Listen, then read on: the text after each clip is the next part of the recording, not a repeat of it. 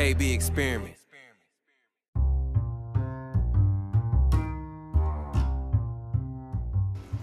What's going on, everybody? It's King Borris from the KB Experiment. Hope you guys are doing good in this madness called COVID and quarantine, and you guys haven't gone stir crazy yet, because it's wild being in the house for over a month. You don't know what to do with yourself. There's only so much cleaning you can do and putting shit away, and after a while you don't know what to do.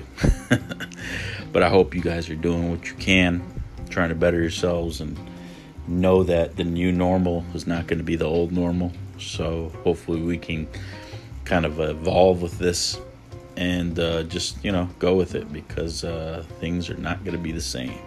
I don't want them to be the same, because it wasn't all working the way it was. So, but I appreciate you guys being here.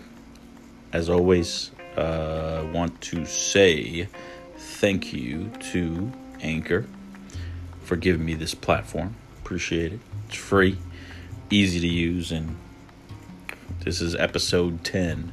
So 10 released episodes. Let me say that. There's been many more, but of course we don't release everything because it doesn't sound too good.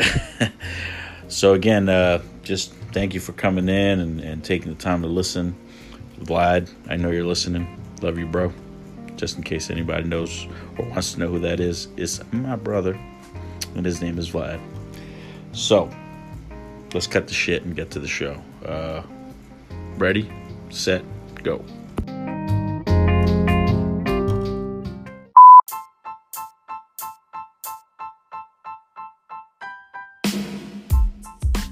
What's going on, everybody? I have a legend in the studio here. Cece Peniston, it is a pleasure to have you on the show. Oh, it's my pleasure to be on, Borris. Finally, right? Oh yeah, this has been in the works for a bit, but Wi-Fi and internet and this and that and COVID, all that fun stuff. Yes, you already know. I know it's a lot going on. Trust. Yeah, but it's given me a chance to kind of rebuild my home life. Especially getting this my office studio together, so I can record more and just have all the equipment that I need. So it's you got to look at the bright side no matter what you do. I totally agree with you. Well, I've been cleaning out closets. I've cleaned out at least two. I'm on my third. All them drawers that you just stuff that little shit in. That I've been cleaning that stuff up, and recording scripts. Just different stuff. I have yet to go through my closet in the office. I'm scared. Oh, man. Once I open it, everything's gonna fall out. Now that's the one closet I haven't finished up yet because I'm scared of mine as well. Yeah. I get there. Hopefully they don't call me back too soon and then I can't finish it. That was my excuse before. I always had to work. You go. In my own defense, I was left unsupervised. Oh man. So Miss Cece Peniston, the 90s. You know how much I miss the 90s? Oh, man. I miss the 90s, too. I miss the dances. I miss the music. I miss the groups. Like, we don't have a lot of... Remember, in the 90s, there were so many groups. And, yeah. Oh, yeah. It just was feel-good music. It felt great to me. I agree. I miss the music most. It's a different vibe, style. And today, not that I don't like today's music, but, it's not the same. Maybe because it's from my grow-up years, I don't know, but there's something about the 90s, just in general, TV shows, and the whole atmosphere was just a different world. And I know as we get older, things change, but I don't know, I still miss the 90s. No, I do too, and so I'm gonna say this: it's like in the 90s, we had a publicist, only. Not that you don't have one now, but you only had a publicist. And then the other thing was, in the 90s, it was like no social media. It was like just different things going on that like there were dances, but it was like exclusive. Music channels were actually music channels instead of reality show channels. So there was a lot of little changes and stuff, that we could say. And then style was different, everything. It was just different. Yeah, I remember ordering music on the box on the TV. Oh, man. You taking me way back. Yeah, I told well, there was a couple of people that told me they got their ass in trouble. I ordered your song 10 times on the box, and my mom went the hell off on me for spending on her credit card. I was cracking up. oh yeah, I got in trouble. I think I ran up like $1,000 worth of something on the phone. Borris. Yeah, it was Borris. it was bad. It was bad. My mom had That's to change funny. the number and everything. That's But, hilarious. It is now, but it was scary back then. I can only imagine. Yeah. Remember, we used to get grounded. Grounded was you couldn't go out. Now kids can get grounded. Excuse me, but they're still like, well, I still have Instagram. It's not even real like punishment. You be wanting to whip their little tail. Well, they have just because. downtime now, so that does help. I just go on my phone and turn everything off. Like, come on, man, I can't use my phone. I'm like, another win for me. You know what's funny? It's like I remember like looking at movies, right? And when it would get to like the parts where people were kissing and having sex, then my parents would be like, "Okay, time to get out the room." Now kids just get on YouTube and be like, "So I'll look it up." Oh yeah, don't even get me started there. That My. it has changed. I got a 13-year-old. That's my oldest, and you got to watch out what they look at, and not just that, what they send out, because there's so much freedom now, and it's scary what they know. It really is. It really is, because you know what? I feel like there's been a lot of innocence lost through, social media. I remember when I was 21, I was still like green. They was like, "You don't know what this means?" And then I'm like, "No." They're like, "You really are from the church, huh?" They used to tease me all the time when I first got in the music business because I was just so innocent. I hadn't seen a lot. I mean, we went to Magic Mountain Disneyland before I got into the music business. I was at junior college, but it was just like, you weren't exposed to so much like today. Very true. Yeah, it's scary. I monitor everything my kids do, and a lot of the games have chats and people they can talk to. And I mean, it's hard to monitor someone that you can't see inside Correct. of a chat room somewhere. And even as a 6-year-old will sit there and play Roblox. They say something funky to her, and I'm like, "Why are you crying? What's going on?" So.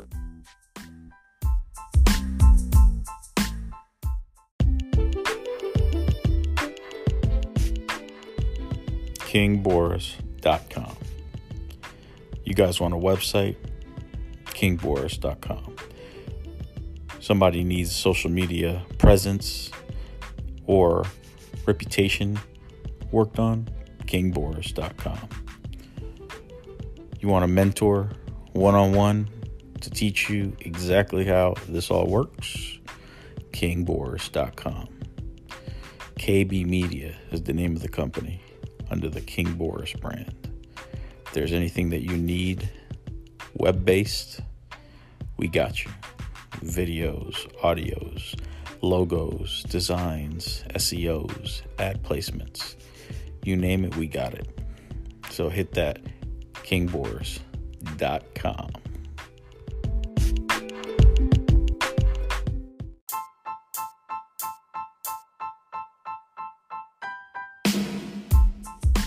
So let me ask you this. What do you miss most about the 90s?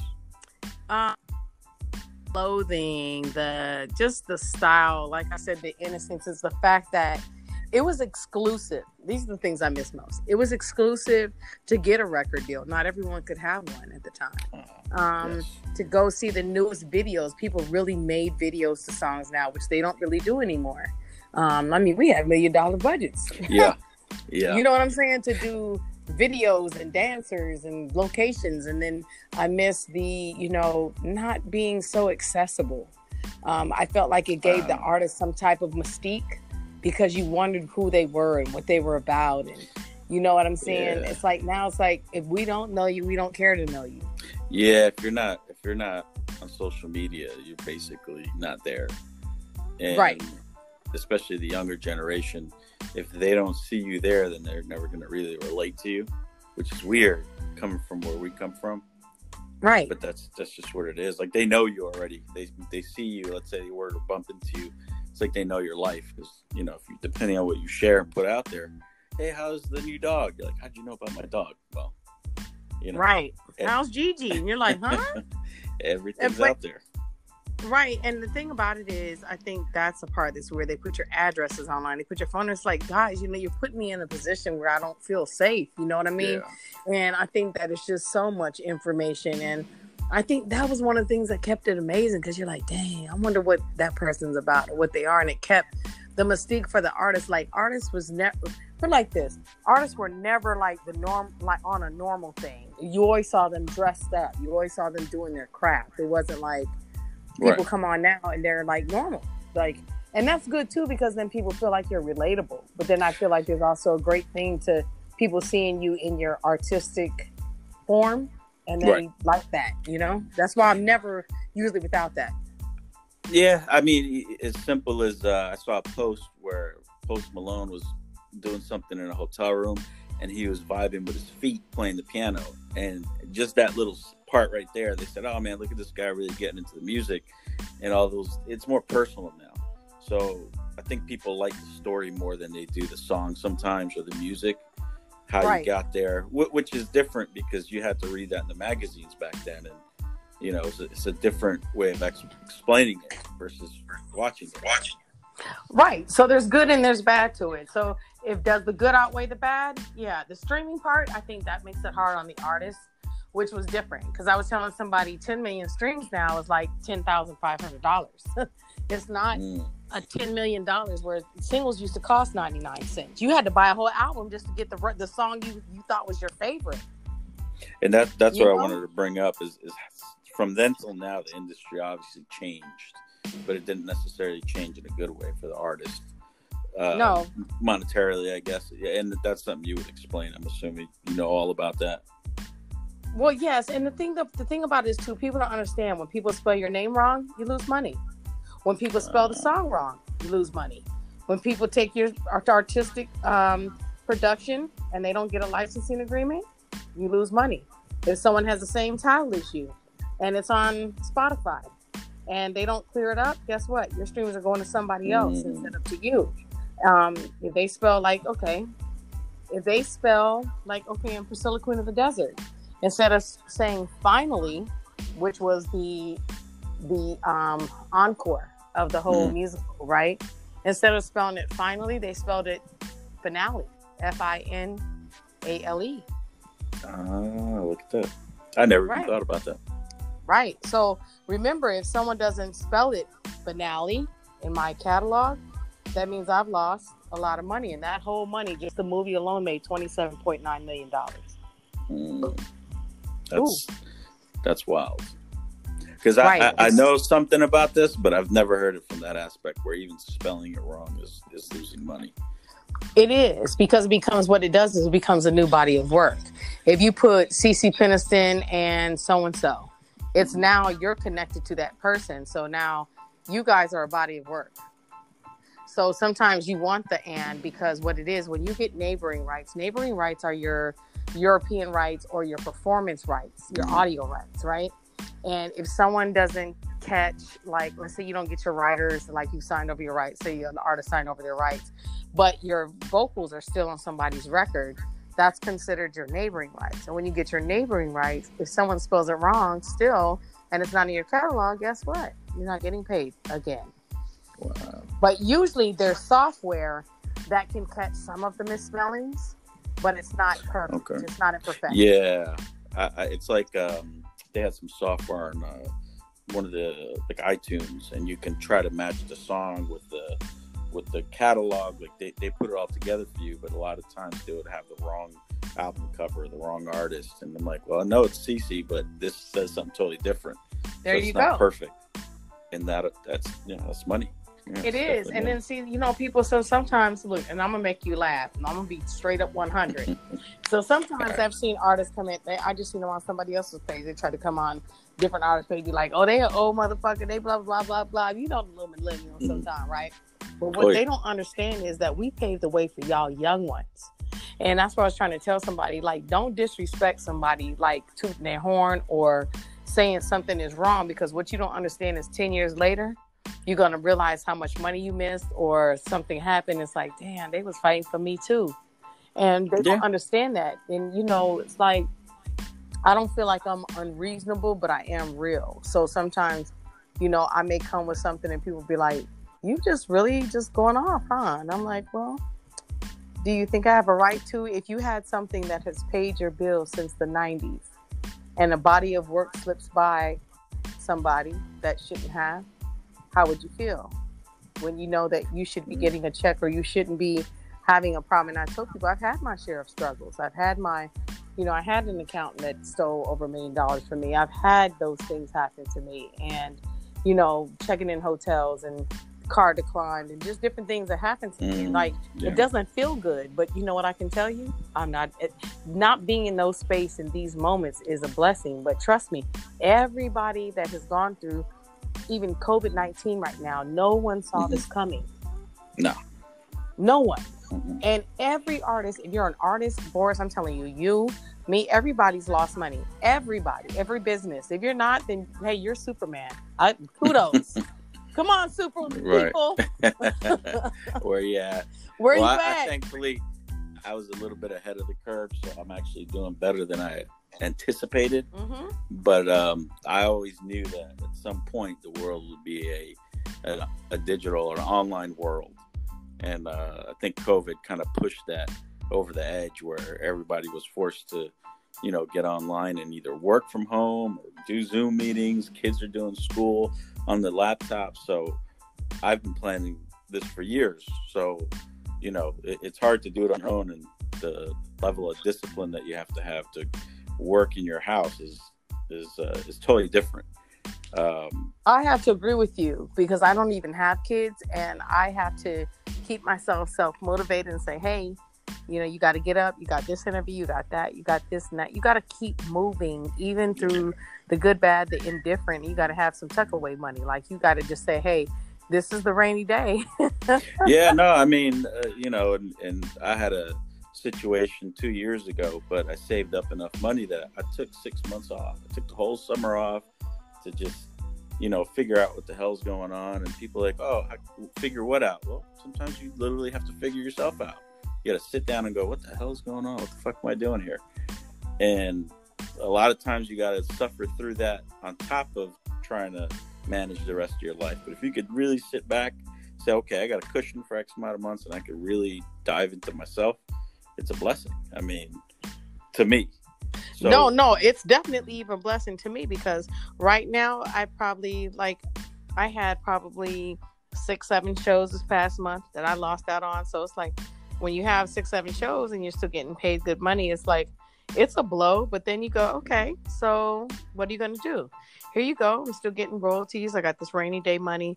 You make it work, but that doesn't mean it doesn't jar you for a minute. Like, wow, what's going on? And it felt so uneasy in the midst of everything, because everything was changing every day. This is closed down. You've seen airports where people are stuck and stranded, and you're feeling overwhelmed and people dying and stuff. But what I can tell you that this has done, it has made people spend more time with their families. It has made people go back to the raw shit, paper dolls. Remember that?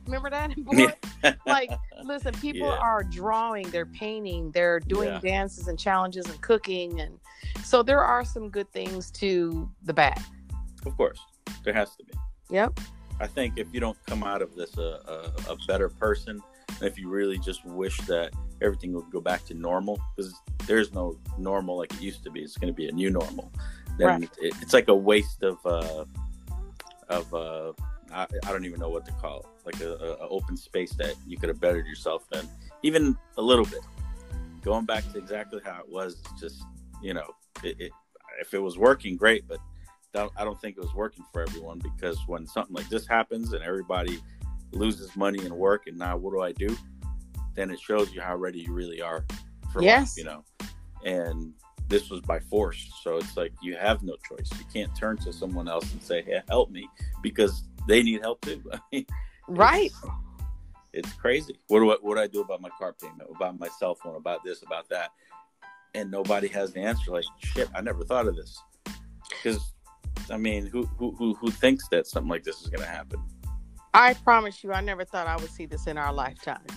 I never thought that we'd be quarantined. I mean, this has never, ever happened. So it's like, yeah. And then you're like, wait a minute.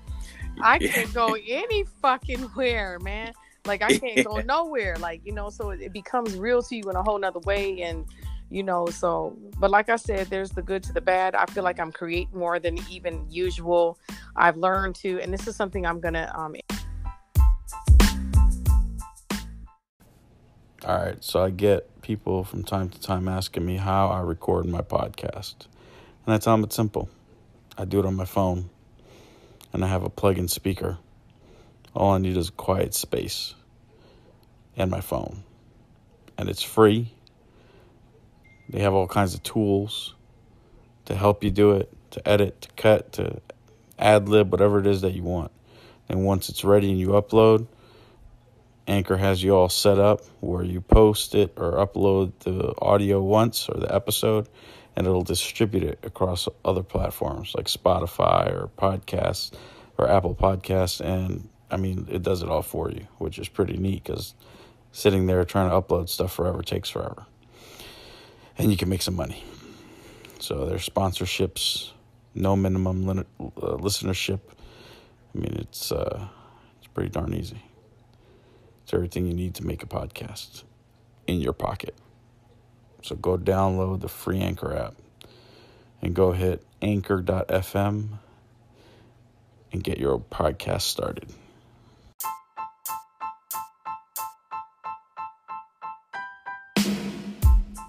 going to implement going forward is me having, virtual workouts.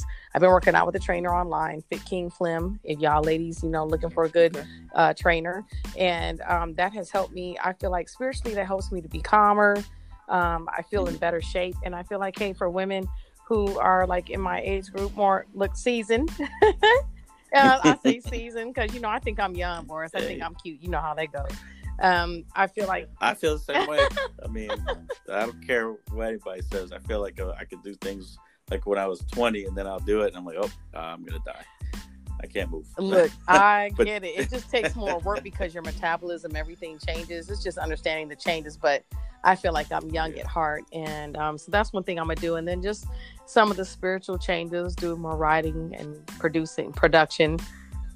What I usually do, but doing more. Yeah, and using it online, I think is important because you could see no matter what online is going to do, what it's going to do. It's going to become life even more than it is now. You can fight it as much as you want, but we're learning that we can live in a cashless society. Everything's electronic, and you either go with it or you don't. But if you don't, you'll be one of those people that, as you get older, you'll fall behind and can't catch up. My dad's, I think, almost 90, and he's got all kinds of gadgets, and he's, he can do everything I can do. but he kept up with the times versus others, they don't. So now it's like, what do I do next? I got to have somebody teach me and show me. But like working out online, a lot of people have been doing it. Right. And I mean, it's become a thing. So there's so many online platforms that provide all kinds, like Fiverr. You can go on Fiverr. You could hire anybody to do anything. Man. So if you're a person that knows how to do anything online, you could literally just go on there and sell your work, and people will hire you. So, will it get to a point where we won't have to go to work at work anymore? I don't know.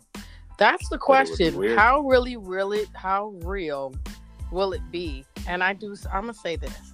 I've heard that all festivals are kind of like on hold until August of 2021. Jeez. And so for the artists, that means like a lot of things. And now I don't know if that can change because, things change daily. Right. But for the artists who are out there, people got to understand there's a lot of artists who are not recouped, who their main money is traveling. So, if you guys can support your artists, your DJs, they make money off of gigs. People. Yeah, when DJ Sus1 DJs on his live, I send him, he puts his cash out. And I send the money, $5, $10. And, you got 1,000 people on there. If everybody did that, that's support. Right. There you go. I mean, I see it. Same thing with, I think D Nice put his on there, but his streams are out of control. 20,000 people at a time. Right. That dude's on fire. But what's funny? It took him a second to get there. Now that he's caught on, then it's like you pass the torch to somebody else because that you're getting yours. So, but there's like so many other DJs who just like their whole touring schedule just got yanked. You know what I mean? Oh, yeah. Yeah, I was, Post Malone came to Houston, and Sway Lee was there. I know their security, so I was able to go back there and kind of hang out with them. And just after that show, they did one more, and then this whole COVID happened. Literally, the tour stopped. All those shows were canceled, and it was like, oh damn! Like, what do we do now? I mean, I'm sure they're financially fit, but the point is, what if you're not? Yeah. There's people that aren't, and that's just a real thing. Because I'm telling you, I have been that person who has had the struggles during that time, and I've smiled through it. People didn't know I'm going on stage. It's like there's a lot of people that don't want to say it because they're either embarrassed or they got things going on. And the problem why people don't really say stuff when they're in the moment of it is because them promoters want to be like, hey, I've got $2,000. Can you come in and do it? And you're like, come on, man. You know what I mean? And the artist has like been in the business for a minute and they know their worth or whatever. But then look, the promoters are short too because they haven't been given shows. So it's like everybody loses, but still like when everybody's going to be so freaking ready to get out the house that they're going to be like, yo, we want shows. You feel me? Yeah. Oh yeah. Anything that happens outside the house is gonna pop. Like I want to. You open the park, everybody's gonna be at the park. Doesn't matter what it is. Man. So I'm gonna have a week buffer just in case. I don't want to go out there and then everybody gets sick and something happens. I'm gonna wait one more week, and then if everybody's good, all right, I'll go. Look, right. We got to get back to life some kind of way, but it's got to be within reason, you know, of course. Yeah. And I'm going to be back on them roller skates again. You know, they was giving me a hard time. They was like, stay your ass off them roller skates. I said, I'm going to be backstroking by the time I get out of quarantine. Leave me alone. Oh, my God. That's funny. Oh, that's good. That's good. So let me ask you this. So obviously you have had a huge career. You're very well known. You're Cece Peniston. Thank you, love. What keeps you grounded, though? Like, what keeps you humble? And I gotta say, you're very down to earth, very humble. When I first met you, you know, I've met other celebrities, and not everybody's so open on the ground level, if you know what I mean. Yes. And you're like, I'm like, man, Cece's like the most amazing person in the world. Like, you know, you talk to my wife. My wife loves you, and she was, you know, all giddy when you said hello to her, and you know, things like that. But you're so humble and grounded. Like, what, you know, that doesn't just happen. You know, like I appreciate it. You know what? I'm just me. I've always been just me. It's like what I do for a living is what I do. That's not what everything that I am. There's so much more to who I am as a person than just being an entertainer. And I've been through shit. When you go through a lot, when you've been hurt, when you've been happy, sad, go through marriages. I was married, divorced twice. You know, been through trying to have babies and just career going weird. I think that you get a sense of like realness, and I think that's what people feel from me. It's like I'm compassionate because I've been that person who was short, who didn't have, and so I try to give. I have a foundation. I try to get through my foundation, which means lifting others to succeed. It's called LOTS, right? Lifting others to succeed. And because I'm that person. I didn't open up the door and be like, shit, what do I put together to eat? Like. How do people find that foundation? This is an open book, you know. It's online right now. I haven't done any. So I'm in the process of setting up a website with my boy Craig. While we're in COVID, I'm in the process of doing that. And I had a girl that had so much footage. Like we gave away guitars. I had Sam's Club trucks drive up, and we did giveaways of food and DJs and candy canes and stuff. But the girl who had all the footage. You know how you get out of touch with people just because of different reasons. Yeah. So I'm going to start over and redo some stuff. But one thing I did do from my foundation the other night, I got on live and I gave like $500 away to single moms and dads. So I gave 5 people $100 and just said, hey. Oh, that's awesome. Thank you. Because I know how hard it can be. It's like $100 can get you some bread, some peanut butter and jelly, it'll hook you up. Whatever it gets you, it's something you need. No, I feel you. It's not everything, and I wish I could give more, but because I don't know where everything's going, I want to wait and see kind of like where things are. But I'm going to do it again. Mm-hmm. But what happened was my girl Sharice Mills got on and she gave $1,000. She was like, I'm gonna give 10 families. I'm gonna give 10 families $100 each. So I think that's something we're gonna try to implement going forward. Going further or forward is giving to single parent homes. You know, trying to help out the next person. That's the thing. Especially now, a lot of artists have come out and they've given a lot away. Just do there's a gentleman, Bob Menery, and for the whole month of March into April, he gave away like $1,000, $2,000 a day. Wow. And he would have other celebrities come on and donate another 1,000, and then he'd, read through the comments. It was a little game show that he did, and I mean, he gave a lot away, and I actually was on his live, so. But I brought my daughters on, and it was pretty cool. But I've seen that a lot, where they just, you know what, I'm gonna give some money away today. Why? Because somebody needs it. I mean, it's what it is. If you have it, and you can, it's a blessing. Right. To bless someone. Right. And I feel like that. I feel like God gives us so much that, like, look, you can give a little bit away. I feel like shit, you ain't getting to church. You need to go ahead and give your tithes a different way. Like, help the next person, help the next man. So it's always my pleasure to do so. And I appreciate you saying that. I'm humble and stuff. But I feel like the man above always sees everything. And like I said, I came into the music business, all I wanted to do was sing. So that's why you feel the energy from me that you do, is because, like, I'm just me, and I'm going to continue to be me. Yeah, I love it. I got to thank the mayor, Paul Harris, for introducing us. He's going to be on the show soon, maybe tomorrow. That's my buddy right there. I love him. Now, I met the mayor, Paul Harris. Hey, Paul. I met him through my baby brother, because we were doing CrossFit. And so Paul did CrossFit with my brother, and I ended up coming a couple of times and doing CrossFit. And so I ended up meeting him. So, he's such a blessing, for real. Yeah, he's put so many people together. He's put me in contact with so many people. I mean, he's put money in my pocket. So that's someone that's going to be in my life forever. You know what I mean? Like, someone like that, you stay friends with them, because that's a real person. If they're going to give you bread to eat and not ask anything for return, that's how I am. And he never asks anything. He's not, hey, do this. No, sometimes he gives too much. And, it's like, hey, Paul, you gotta take care of yourself as well. He's like, yeah, but he's just a great guy, But you end up getting it back so people don't really know this. Yeah. I always say karma sings, and it's like, when I say you can't wish bad on anybody that does things to you, but just know that people, when they do you dirty or do wrong, God always sees those things, and he's always going to bless those who do his work. So you don't have to worry about that. It doesn't come right when you want it, but it's always right on time, I always say. I'll tell you this, and I had a cell phone bill last month of $730 something. And I don't know why everybody's like, why is it so high? Well, it wasn't 1 month, it was 2 months. But then one day I get a text message like last week, and somebody paid my cell phone bill. And I have no clue who it is. And there's a card in my account with, so I look it up online, and you can pay other people's phones without telling them. And I'm like, but who? I don't care. I even called AT&T. But the whole point of that is I've been given so much, and I give so much. I mean, I've taken the shoes off my feet and given them to people.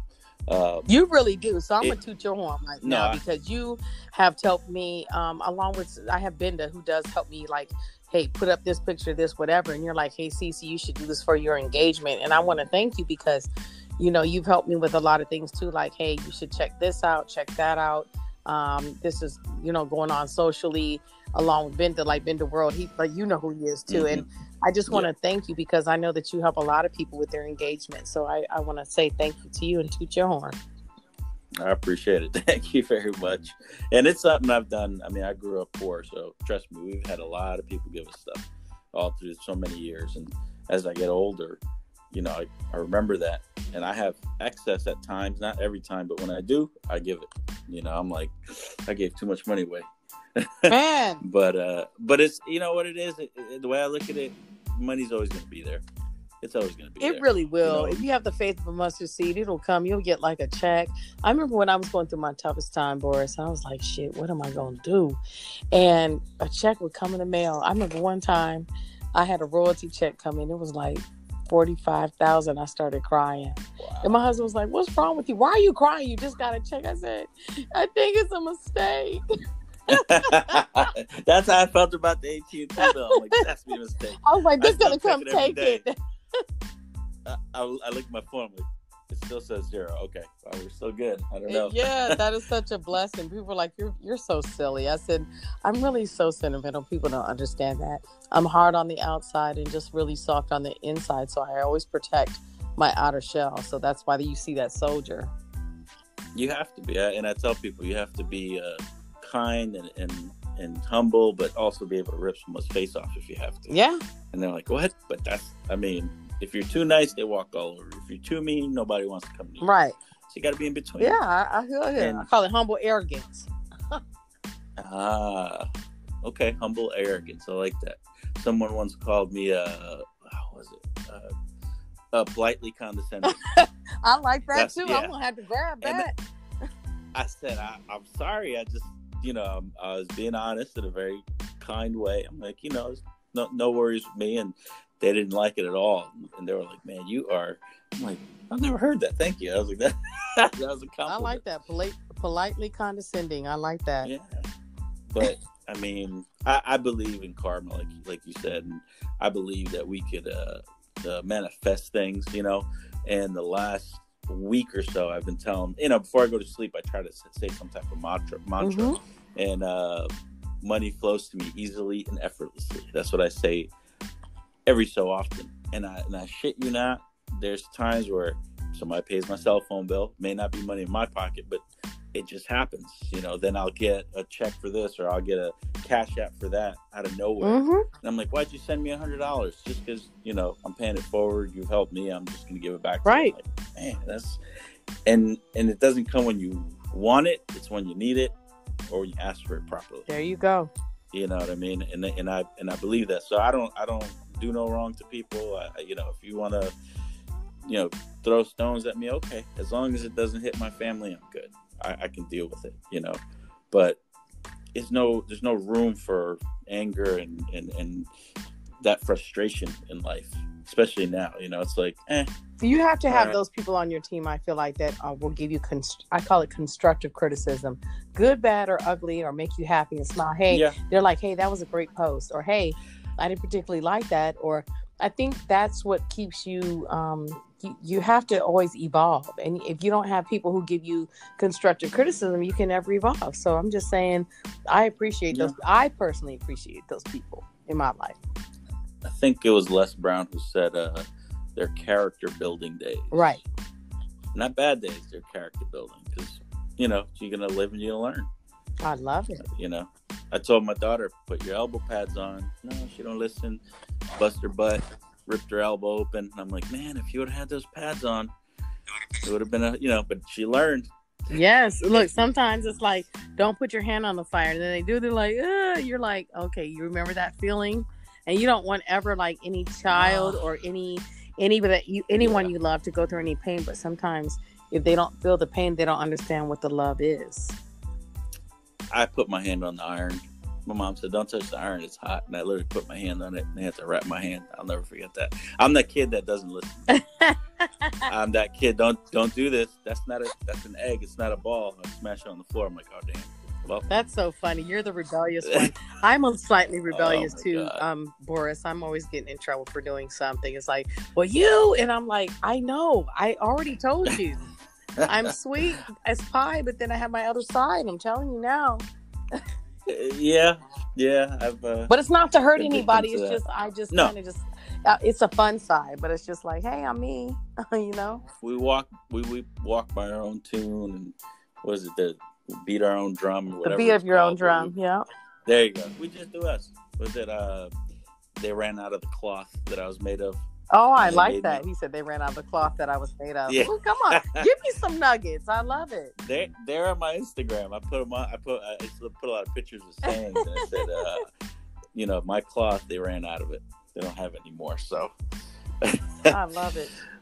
It's all about slogans, catching the attention. There's a attention span of 3 seconds now. Knowing if you can't catch someone in 3 seconds, then what? I don't know. That's That's Instagram's fault. You know why? Because people log on Instagram, and if it's not interesting, they're like swipe, and it's take like literally 3 seconds. So I understand when you say that. They're like, oh, picture's okay. If they like the picture, they might stay on another 10, 15 seconds to read the caption. Like, move. I'm just telling you. Yeah, that's getting old. Yeah, sometimes people just see the picture, they like it because I like the picture. Yeah, that's all it is. And I do, I do social media work. I see the difference between what a profile can do to someone. What story you're telling in that profile will dictate how you get treated. And what people come off. Like I have an artist who I've worked with, and he's been doing this for 20 years. He's in the underground hip hop world, and he's living off of his music from 20 years ago to this day, which is hard to do on an independent level. Right. But when I told, he was asking me, I'm not getting the engagement I want. You have these guys with 2-3 million followers. What am I doing wrong? I'm like, well, when I look at your feed, you look like a dude that works at FedEx that's overweight, and at night you just sing music. So, I don't see the brand that you have, which I know what it is, but that's not what but it's the truth, He said, be honest. I said, okay.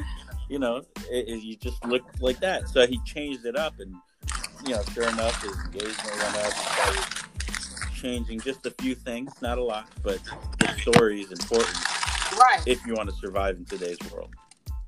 So you helped me with that. I was like going through like different things, right? And I was like, Borris, you're like, hey, you need to do this.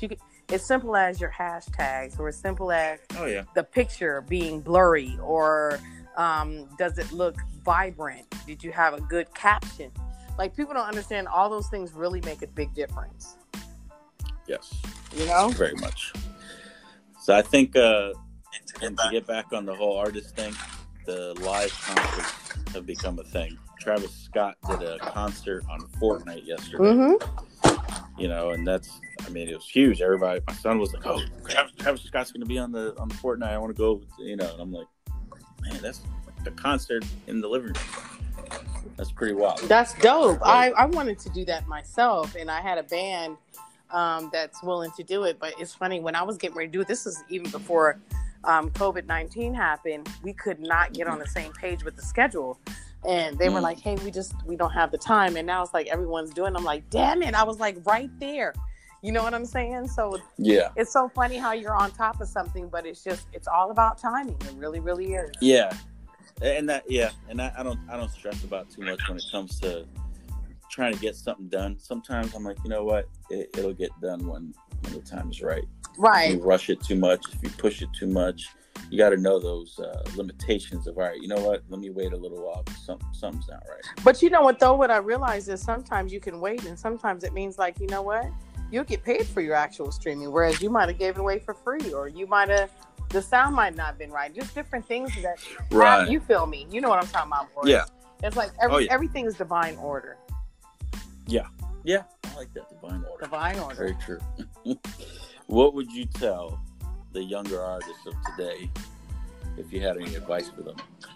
If I had any advice for them, like, leave some type of mystique, make people miss you, make sure the music is amazing. Like, people love amazing beats and music.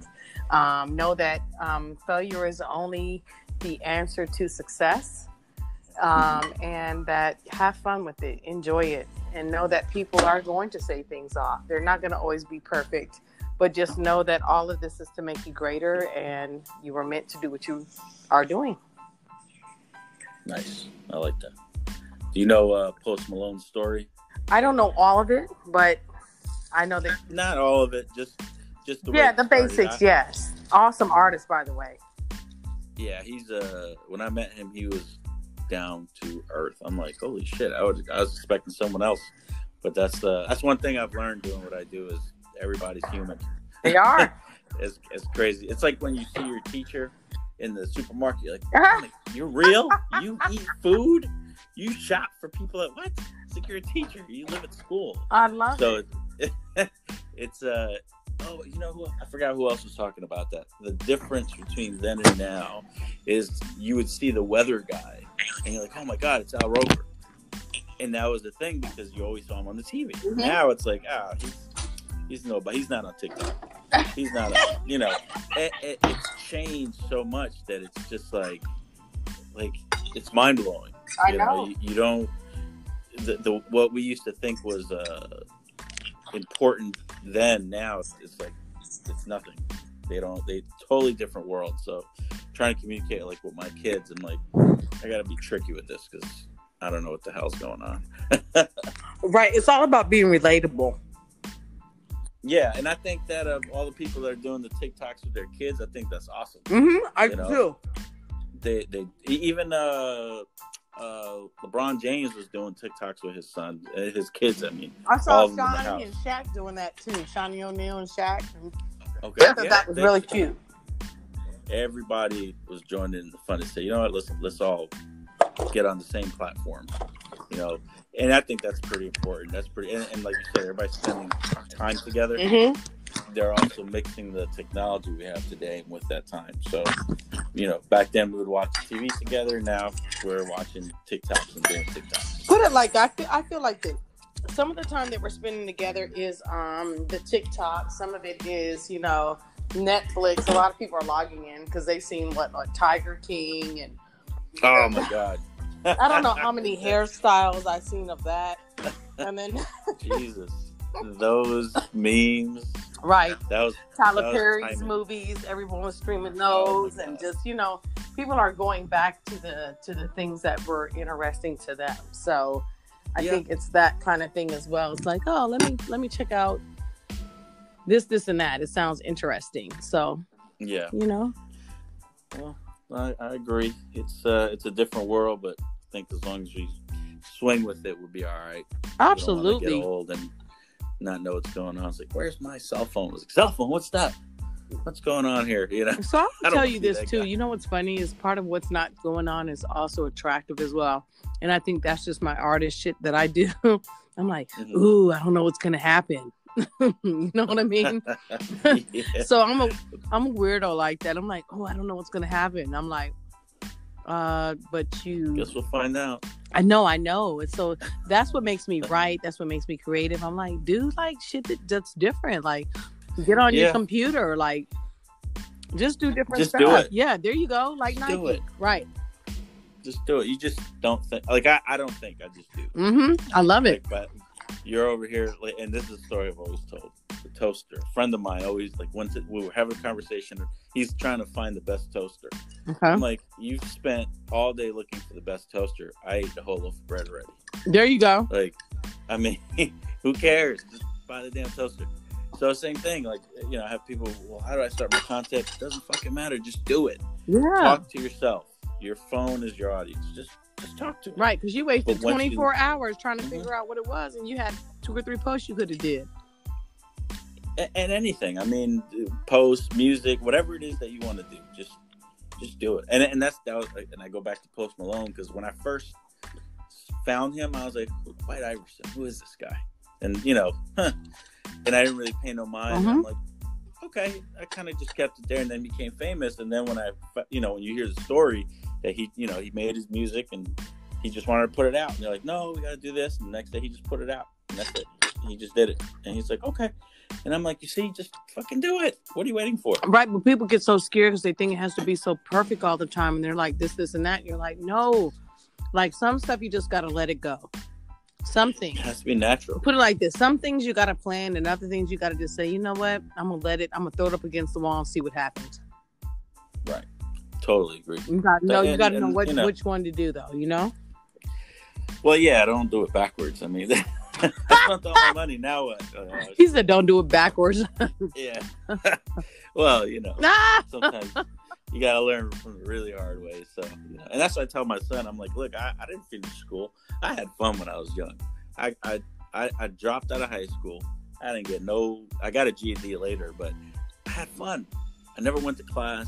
I used to stand outside the school building in Elizabeth, New Jersey, Jefferson House. Hey. And my friends that were in the class up on the 3rd floor, I'd be like, hey, I'd yell at them, like, look, I'm outside hanging out. I'm like, and that was fun. And I know you want to have fun, but now I got to work twice as hard to, you know, do what people that went to school and got educated. So, you know, I had fun, but I did it backwards. You're supposed to work hard and have fun, not have fun and then work twice as hard. I agree. It's so funny because I've been to Elizabeth, New Jersey. I have cousins there. My dad was from Hackensack. Oh, really? My parents, my parents are from there. My dad was from Hackensack, New Jersey. My mom was from Brooklyn, Stuyvesant area. Okay. So, hey, we family just because. Well, I live next door to Biz Markie, his who I studio. love. Yep. And Vaughn, his DJs, his cousin lived in the house, and I was best friends with their brother, Previn. So, oh wow, you know, we all, and I'll tell you another quick story. We were, I was at a concert. This is when I met, there goes the dog. I met Blackstreet, and Naughty by Nature was there.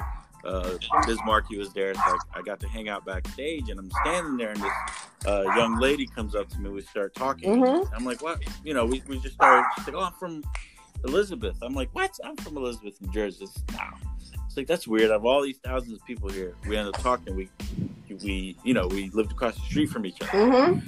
And later on, after the show, we went up to Cool V's hotel because she was doing like a podcast with him. And she said, oh, my brother is best friends with Vaughn's brother. And I'm like, wait a minute. Previn was my best friend, so who's your brother? And her brother's nickname was Poopy. I was like, you got to be fucking kidding me. I'm not lying. I said, call him right now. And I was like, all right, what? Out of all these places on this planet, this girl lived across the street from me, and I was best friends with her brother. And I didn't talk to him for like 15 years because they disappeared. They moved. And we didn't have social media back then. So when you're gone, you're gone. I got to write you a letter. So, you know, it's just mind-blowing how in all that madness, we ended up talking, come to find out her brother was, you know, Frank. Frank, I've been looking for you forever. And we had a conversation for like an hour on the phone. It was crazy. But that's how shit goes. Yes, you don't know who knows who. And you know what? Even though our business is really big, it's really small. Oh, yeah. No. Oh, yeah. That's how the world works. That's how the world works. Well, Cece, I'm gonna cut it. It was a pleasure. Likewise. I gotta say that. You are amazing. And I just love talking to you. I love your atmosphere, your vibe. It just, you know, it makes me do more. Put it that way. So I appreciate you. Thank you. I appreciate you being in my corner, Borris. You know what I'm saying? And you know, please send everybody my love. Thanks for having me on. You hear my dog is going ham right now in the background. Her ass. You know what I'm saying? Yo. You know, about your life. But I appreciate you, and you take care, and thanks for having me on. Okay.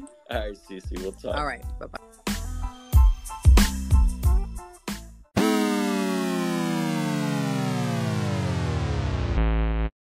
Bless them and there ain't no stress and you don't know there ain't no second guess. Them and Sean Paul, the girls are overall of a standing tall like the great China Wall. Locking it down right here for King Borris. Hey yo, it's Sean Paul letting them know King Borris got the craziest podcasts out there.